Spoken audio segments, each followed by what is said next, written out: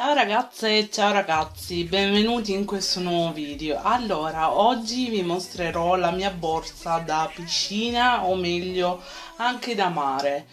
Questa è una borsa che ho acquistato all'IKEA l'anno scorso ed è gigantesca. L'avevo pagata solo 2 euro perché l'avevo trovata nell'angolo occasioni insieme alla borsa termica. Questa è la borsa termica che vi dicevo, anche questa pagata 2 euro. Iniziamo subito. Allora, questa borsa non ha la cerniera, però ha questa chiusura con i lacci e si può riempire fino a sopra. Come vedete è molto ampia. Allora, cosa contiene la borsa da piscina?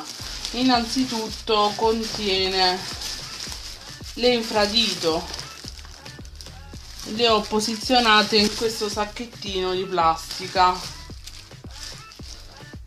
Costumi, questo è del mio compagno e questo è il mio intero della Decathlon che vi ho mostrato nell'ultimo video haul.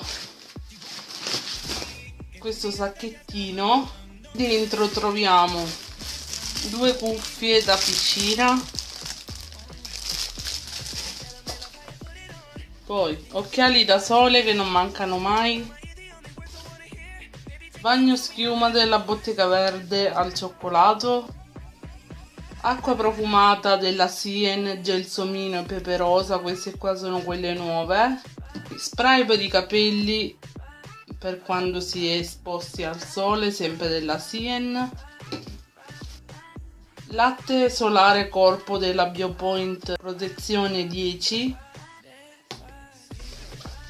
E infine troviamo dei campioncini sempre inerenti a protezioni e quant'altro. Troviamo 3 teli mare